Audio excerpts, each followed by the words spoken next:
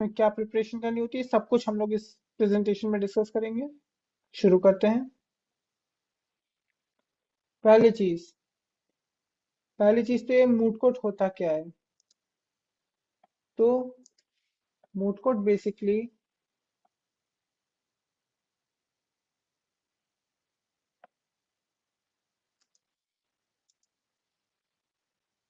Moot court एक simulation legal exercise होती है जिस जो लॉ स्टूडेंट्स को दी जाती है मॉक एडवोकेसी के लिए। इसमें बेसिकली लॉ स्टूडेंट्स जो होते हैं वो हाइपोथेटिकल केस पे वर्क करते हैं, जिसमें एक पैनल ऑफ जज उनकी फ्यूचर प्रैक्टिस के लिए उनके स्किल्स को चेक करते हैं। उनकी ड्राफ्टिंग, उनके बोलने का तरीका, उनकी mooting skills, speaking skills, research skills, सब इसमें चेक किया जाता है। सबसे पहले इसमें आ जाता है हमारा मूड प्रॉब्लम। मूड प्रॉब्लम क्या होती है? मूड प्रॉब्लम एक केस या हाइपोथेटिकल सिचुएशन होती है जो कि लॉ स्टूडेंट्स को दिया क्या होता है, जिस पे पार्टिसिपेंट्स का काम होता है रिसर्च करना, फैक्ट्स पे इश्यूज बनाना और उसी हिसाब से कोर्ट केस पे वर्क करना, जो मूड कोर्ट केस है। इसमें टोटल 5 पार्टीज होती हैं। पहली होती है एपलेट, जिसको पिटिशनर, प्लेंटिफ या फिर प्रोसिक्यूशन, डिफरेंट डिफरेंट केसेस में डिफरेंट डिफरेंट पार्टीज होती हैं।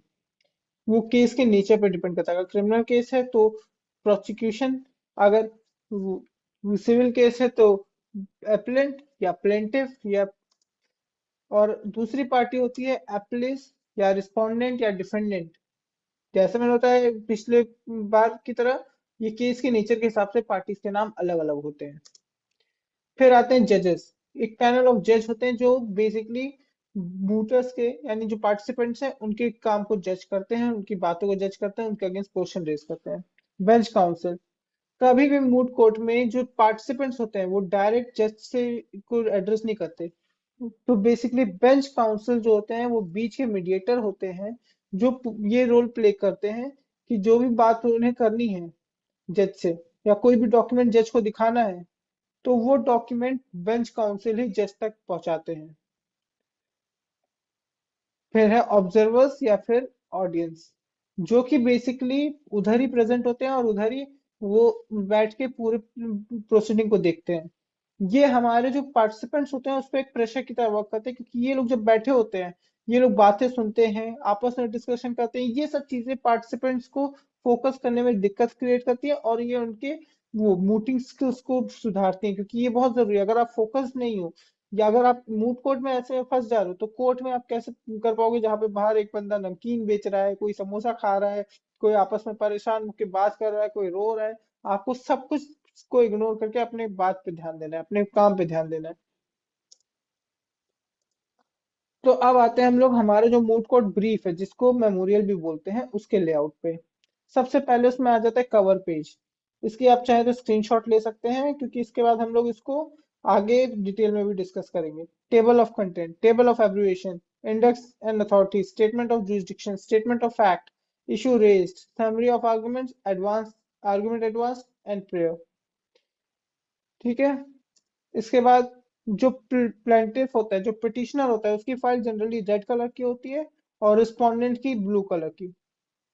ये जनरली होता है, लेकिन कहीं कहीं जगहों पे इसका अलग भी होता है। तो ये कोई बेसिक वो नहीं है, लेकिन हाँ मोस्टली केसेस में रेड प्लेंटिफ की होती है और ब्लू डिफेंडेंट की।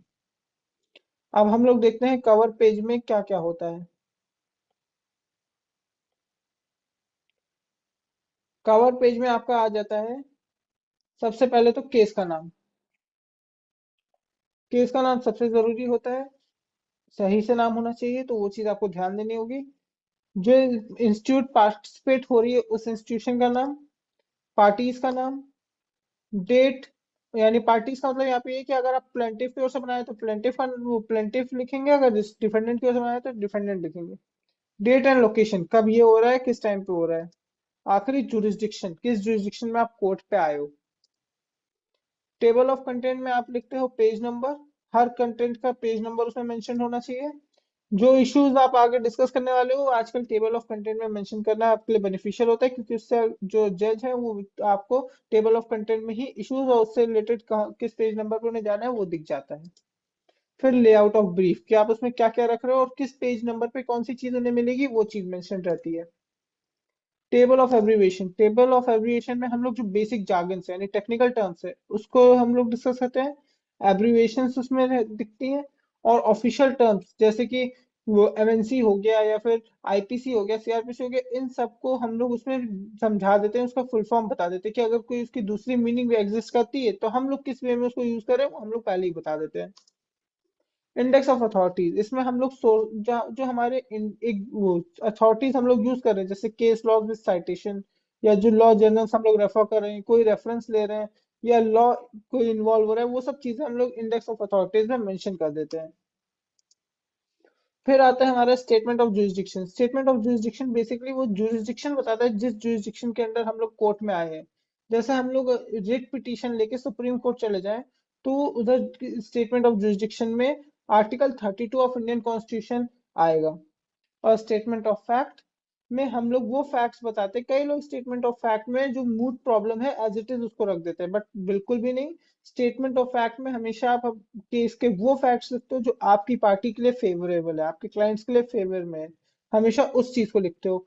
जैसे अगर बोला जाए कि ए और बी की पॉलिटेक्निक पे झगड़ा हो गया, तो पॉलिटेक्निक चौराहा पे जो इन दोनों का झगड़ा हुआ है, उन दोनों के झगड़े में हम अगर ए की ओर से हैं तो लिखेंगे कि बी ने ए पे अटैक किया और बी की पिटाई हुई, क्योंकि और उस बी ने अपने सेल्फ डिफेंस में थोड़ा बहुत किया लेकिन इंजरी ज्यादा ए को लगी। इस वे में हम लोग रखते हैं ताकि वो चीज एक तरफा लगे और हम लोगों की साइड को बेनिफिट हो, क्योंकि कई बार जो जज होते हैं वो मूड प्रॉब्लम नहीं पढ़ के आते, क्योंकि ऑब्वियसली उनकी अपनी खुद की एक बिजी लाइफ है, वो एक मूड इवेंट पे इतना फोकस नहीं करते। तो उन सिनेरियोज में वो लोग आपके स्टेटमेंट ऑफ फैक्ट पे ध्यान देते हैं और ये देखते हैं क्या इस चीज में इस तरीके लिखा है, तो उसी वे में आपके केस को कंसिडर करते हैं। इशू रेज्ड, इशू रेज्ड हम लोग किन किन चीजों पे इश्यूज बना सकते हैं। जुरिसडिक्शनल इशू कि जो इस जुरिसडिक्शन पे इस कोर्ट में आना बनता भी था कि नहीं। Next is substantive legal issue, कोई लीगल इश्यूज जो लॉज हैं, जो लॉ के फैक्ट्स हैं, जो डॉक्ट्रिन्स है, क्या उनमें से कोई इशू क्रिएट हो रहा है हमारे सर्कमस्टेंस पे। फिर प्रोसीजरल इशू कि जो प्रोसीजर फॉलो होना था क्या वो प्रोसीजर सही से फॉलो हुआ, अगर नहीं हुआ तो उसके ऊपर भी इशू हम लोग बना सकते हैं। नेक्स्ट है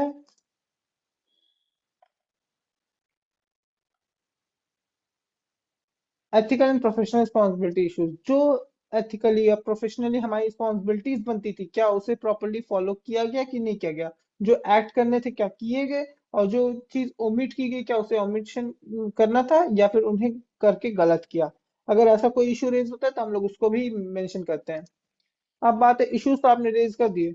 समरी ऑफ आर्गुमेंट्स में हम लोग उन इश्यूज को पॉइंट्स में समझाते हैं। उसमें हम बताते हैं कि हम लोग इन इश्यूज में क्या चीज रेज करना चाहते हैं, हाइपोथेसिस बताते हैं कि आगे हम लोग क्या उस चीज पे डिस्कस करेंगे आर्गुमेंट एडवांस में। इसमें हम लोग कोई रेफरेंस नहीं देते, कोई केस नहीं, कोई लॉ नहीं, सीधे सीधे हम लोग पॉइंट्स लिख देते हैं और इसके बारे में आगे डिस्कशन हम लोग आर्गुमेंट एडवांस में करते हैं। अब आर्गुमेंट एडवांस में पहले तो हम लोग डिटेल डिस्कशन करते हैं जो इश्यूज हैं उन रेज्ड वाले उन पे। फिर उसके बाद हम लोग उसमें वो केसेस डिस्कस करते हैं जिनके जजमेंट पहले आ चुके हैं और उनके सर्कमस्टांस हमारे केस के सर्कमस्टांस से सिमिलर था। कोई लॉ जो उसमें इन्वॉल्व है उसको भी डिस्कस करते हैं। और कोटेशंस, जो कोटेशंस उसमें, हाँ, जैसा भी इसमें कोटेशन क्या होता है, जैसे कोई सर्वे हो गया, कोई रिसर्च होगी जो किसी ऑर्गेनाइजेशन ने कराई, हम उसको भी इधर यूज कर सकते हैं। या फिर कोई ऑब्जर्वेशन, ओबिटा डिक्टा, जो जजेस ने पहले के केसेस में ऑब्जर्व किए, उन ऑब्जर्वेशंस को हम लोग यहाँ पे डिस्कस कर सकते हैं। कोई टेक्निकल रेफरेंस जो कि हो सकता है कि जजेस को नॉलेज ना हो, जैसे मेडिकल टेक्निक, मेडिकल जुरिसडिक्शन हो गया, मेडिकल जुरिस्प्रूडेंस हो गया, या फिर कोई टेक्निकल फैक्ट जो कि जानने से आपके फेवर में काम हो सकता है। प्रेयर, प्रेयर में हम लोग बेसिकली अपने जज को बहुत क्लियरली प्रिसाइसली अपने जो हम लोग चाहते हैं कि वो ऑर्डर दें वो बताते हैं।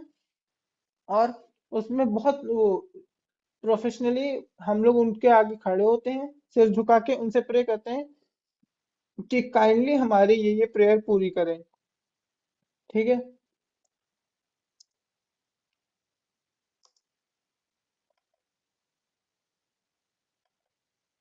फिर उसके बाद कुछ चीजें जो आपको याद होनी चाहिए जब आप मूड कोर्ट के लिए प्रिपरेशन कर रहे हो।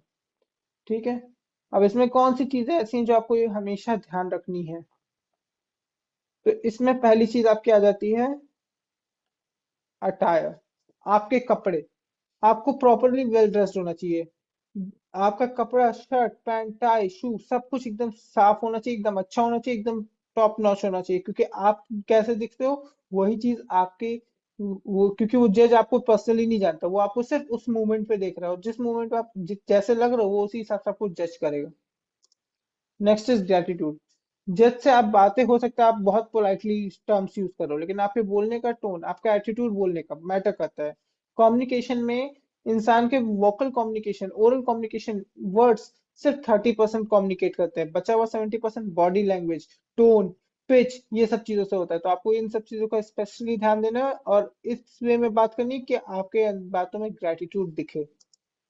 प्रोफेशनलिज्म, जब आप एक म्यूट कोर्ट में जज के पास सामने जाते हो, वो कई बार अपनी पुरानी बातें याद रख के, अपनी कुछ भड़ास रख के, हो सकता है आपसे ज्यादा क्वेश्चंस करे, हो सकता है आपको डांट भी दे, गुस्सा भी कर दे, आपको दो तीन ताने भी मार दे कि आपने क्या काम किया है, कैसी फाइल बनाई है, ये क्या है। कभी भी अपना आपा मत खोए। मेरे सामने कई मूड कोर्ट में लड़की, एक लड़की रो भी दी थी, एक बार, कई बार लड़के भी रो देते हैं, बट पॉइंट इज, वो क्यों? क्योंकि उनके अंदर वो प्रोफेशनलिज्म लैक कर जाती है। ऑब्वियस सी बात है, वो लॉ स्टूडेंट है, उनके अंदर वो प्रोफेशनलिज्म उस लेवल पे नहीं होता है, बट आपको मेंटेन रखना है, क्योंकि चाहे जितना प्रेशर हो, हम जिस प्रोफेशन में है, इस प्रोफेशन में प्रेशर हमारे झेलने की कैपेसिटी होनी चाहिए।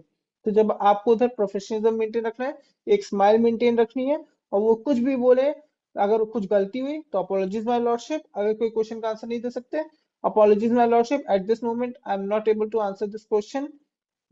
ठीक है, ऐसे बोल के आगे बढ़ो, कॉन्फिडेंट रहो, पोलाइट रहो, कॉन्फिडेंट रहो, ठीक है, और एक प्रोफेशनलिज्म मेंटेन रखो। प्रिपरेशन, कभी भी आप मूड कोर्ट में जा रहे हो, ये मूड कोर्ट है, इसमें बगैर प्रिपरेशन जाना है, अपना खुद का मजाक उड़वाना है।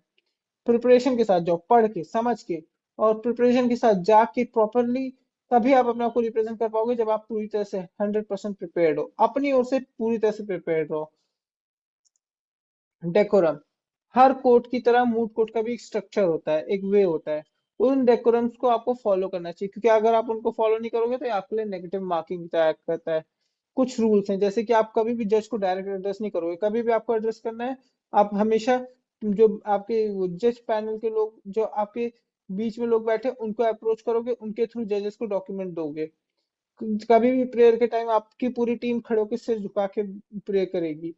कभी भी आप जजेस से रूडली नहीं बोलोगे, या किसी टोन में नहीं बोलोगे, बोलने का एक तरीका होता है, क्वेश्चन पूछने का भी एक तरीका होता है। कभी भी आप ये नहीं बोलोगे, I want to ask this question, I want to raise this question against the court, I want to ask this question to court. कुछ भी ऐसा नहीं बोलोगे, आप कोर्ट से क्वेश्चन नहीं करते, हमेशा जब भी आपको कोई सवाल है, आप ये बोलोगे, I have I have a question to myself, that why is this happening. ये बात आप बोलोगे, कभी भी अपने आप से क्वेश्चन बोल पूछोगे, कभी भी कोर्ट से नहीं। कभी भी हमेशा याद रखो, जब आप कोर्ट में हो, आप हमेशा, आपको दिखाना है कोर्ट्स को सब पता है, जो गलती है हमारी है। ठीक है। फिर प्रेजेंटेशन, अब देखो, तो एक ही यूनिफॉर्म में एक ही मूड प्रॉब्लम सबको दी गई है, और सब घुमा फिरा के एक ही लॉ, एक ही चीजें डिस्कस करेंगे, तो आप उसमें सबसे अलग कब दिखोगे? जब प्रेजेंटेशन आपकी अलग होगी। आपकी प्रेजेंटेशन इतनी अच्छी होनी चाहिए, इतनी अट्रैक्टिव होनी चाहिए कि आप सबसे अलग दिखो। आपके प्रिपरेशन अच्छी होनी चाहिए। एक चीज याद रखो, कॉन्फिडेंस और प्रिपरेशन दोनों साथ में आते हैं। जब आप प्रिपरेशन करते हो, आपके अंदर उस काम करने का कॉन्फिडेंस आता है, क्योंकि हमने इतना प्रिपेयर किया है कि हम लोग कॉन्फिडेंस हो रहे हैं। अब बगैर प्रिपरेशन के जब कॉन्फिडेंस होता है, तो वो कॉन्फिडेंस नहीं होता है, वो आपके लिए हमेशा नुकसानदायक रहेगा। चलिए, all the best for moot court. कभी भी कोई भी आपको हेल्प चाहिए हो, कुछ डिस्कशन चाहिए हो, कोई भी, वो आपको मूड कोर्ट से रिलेटेड या इंटर्नशिप या जॉब के लिए अगर बात करनी हो, तो आप मेरे को डायरेक्ट कांटेक्ट कर सकते हैं। This video was brought to you by Locker and Associates and Consultants.